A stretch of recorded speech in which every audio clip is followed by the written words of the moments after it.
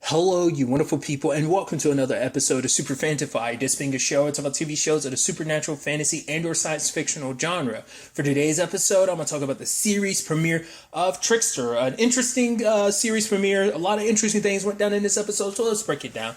Obviously, we get introduced to our main protagonist, Jared, and kind of his complicated life. Obviously, doing doing his Walter White thing, I think, to a certain extent. Granted, not meth, but he's making pills because he needs to make money, because he's kind of taking care of not only himself but also his mom and his dad, who they're split. And it seems like his dad was on drugs, but he's like, no, I'm good. Like, the money you're giving me, I am going to pay the bills with and stuff like that. Obviously, he's got a new lady in his life, which later on it's like, oh, she's pregnant. He's also like later on like, oh, but you want to slide me a little extra cash? I'm about to be a dad and everything. So it's like, okay. But his mom seems like she's kind of a bit of a mess. She seems crazy, and it kind of seems like she has that reputation around town where everyone's just kind of like, yeah, like Jared's crazy mom, Especially when you compare the contrast like that with the very beginning, when she's like, that guy's taking her baby and walking away, and then she screams, and then blood starts pouring out of his mouth and his eyes, and it seems like he's dead, and it's like, okay, so now I'm assuming that whatever they are, they're tricksters. Now, my question is that, I'm not well versed in this mythology because I looked into it.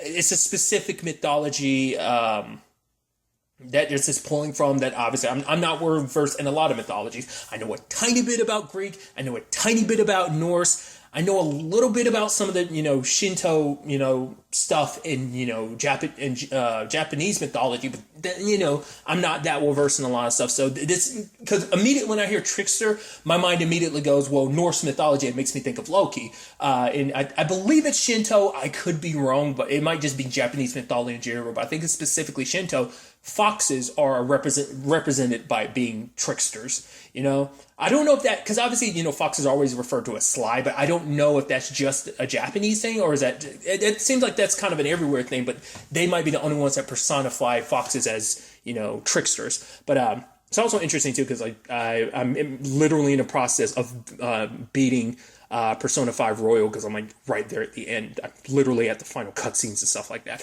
I think I am. Regardless, and it's just the reason why I bring that up, because the main character, even though his code name's Joker, he is referred to as the Trickster. He is part of the full arcana and all that.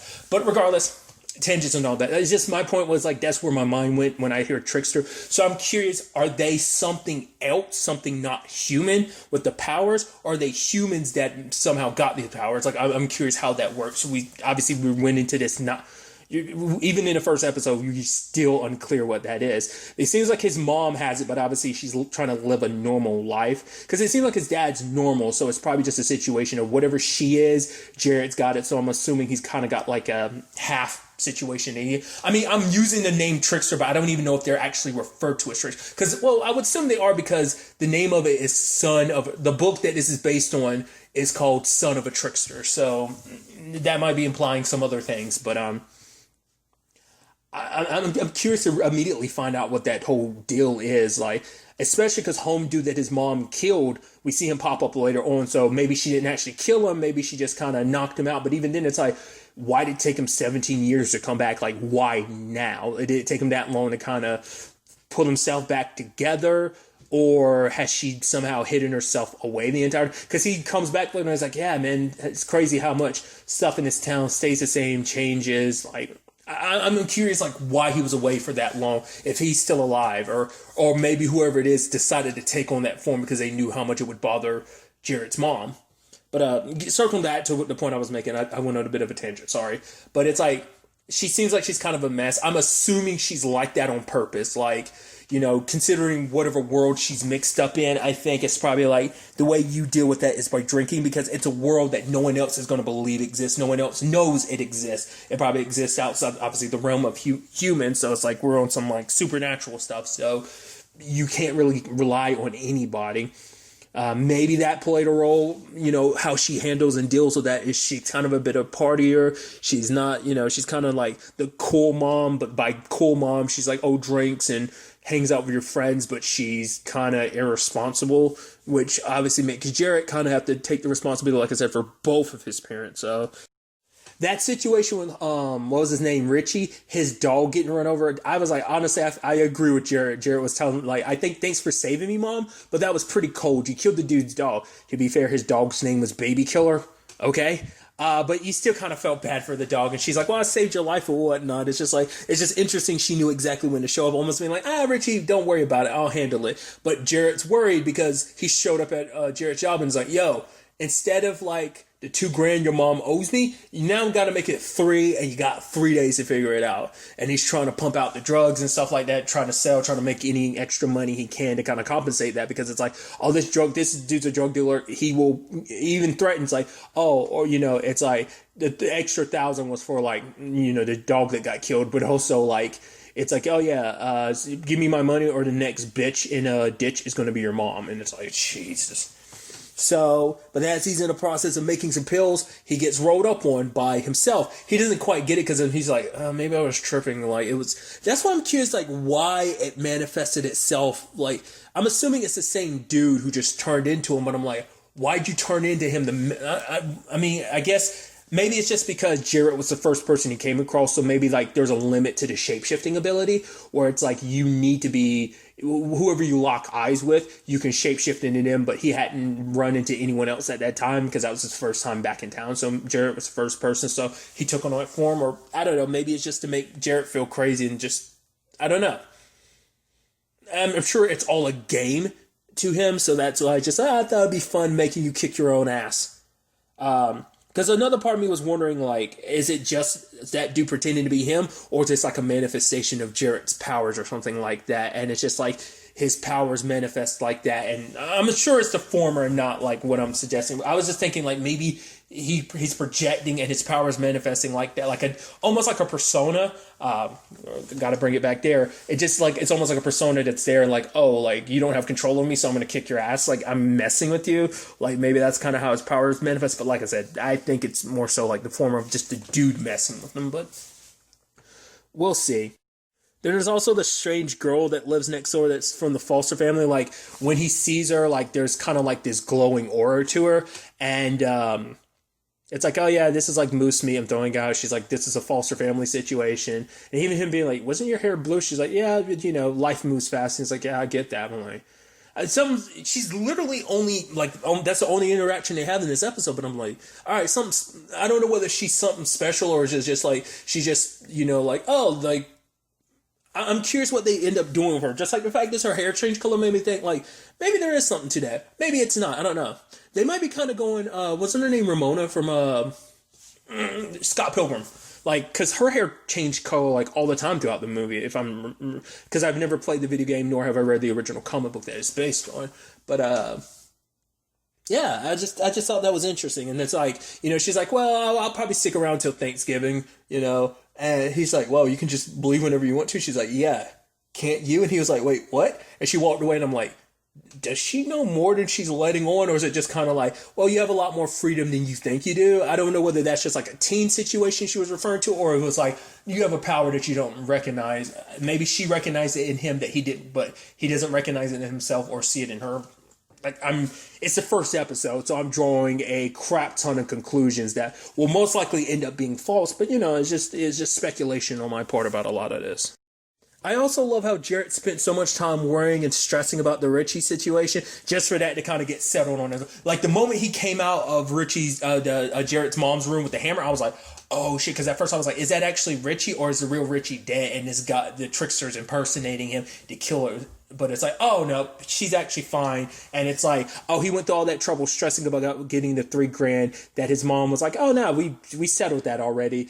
We set up this whole situation of like, an insurance scam so that we can make it look like an accident. So I was like, oh, now he'll get even more money and we'll split it 50-50, 60-40. No, 50-50, or am I going after like your car next? It's like, all right, your mom's crazy. And then like, we see them kind of hooking up afterwards. It's like, oh, even the reason why there's spilled milk and everything on the floor is because they were getting hot and heavy beforehand. I'm like, this is so weird. The dude that was literally threatening to kill you, but I guess it's kind of like, oh, that's kind of foreplay for us. So it's just like, oh, it's such a weird thing, So, and especially because his buddy went through so much to get him the money, selling his character, all his like video game stuff, where it's like, yeah, this actually could be worth a lot of money, and lo and behold, it was.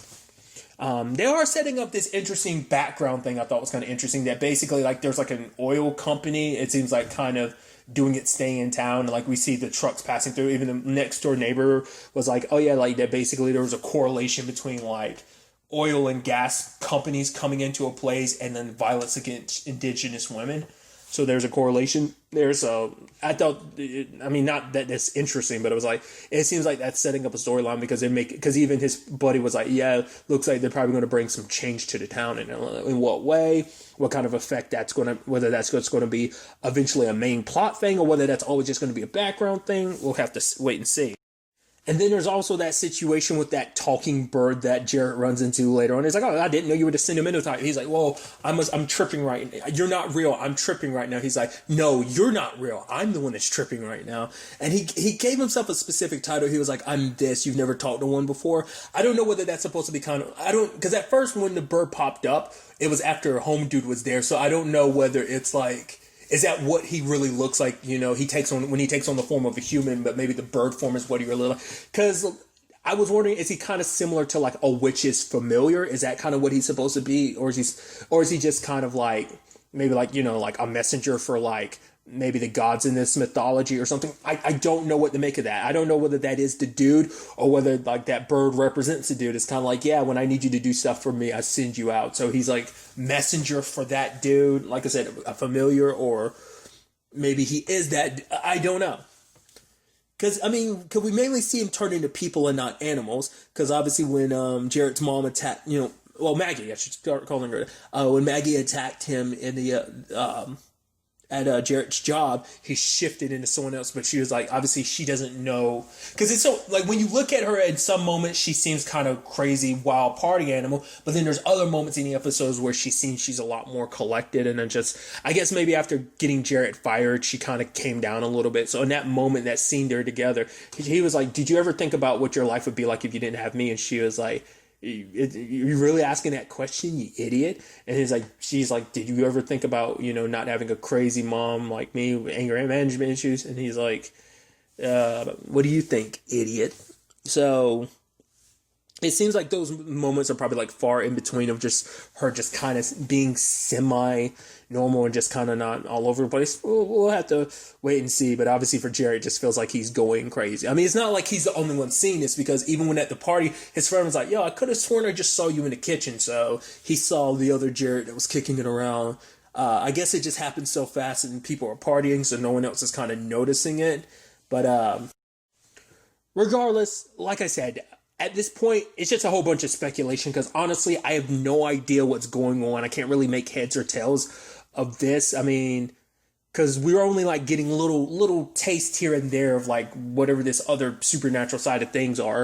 It was more so like an introduction to Jarrett's like complicated life, and it's pretty damn complicated for a 17-year-old to kind of be dealing with. On top of that, going to school and trying to figure out, you know, it's like, oh, what's your 5-year plan? And not knowing, he's like, I don't know, I don't see it. So I'm interested to kind of see where all this ends up going, kind of, you know, to figure everything out. It's like, okay, what this whole, once again, Trickster thing is about, if that's what they're called, and what was this about Jarrett when he was 17? Like, maybe she's not necessarily his real mom. Maybe that's going to be the thing about it, where it's like that's someone else's kid, either his dad isn't his dad or his mom isn't his mom or something like that, and that dude was like, oh, I'm taking him to his real parents where he really belongs, but obviously she's got to be something, because she had the power to kind of like make Home Dude's mouth and eyes bleed. So maybe it is that really is Maggie is his mom, but maybe Phil, his dad, isn't actually his dad. Like I said,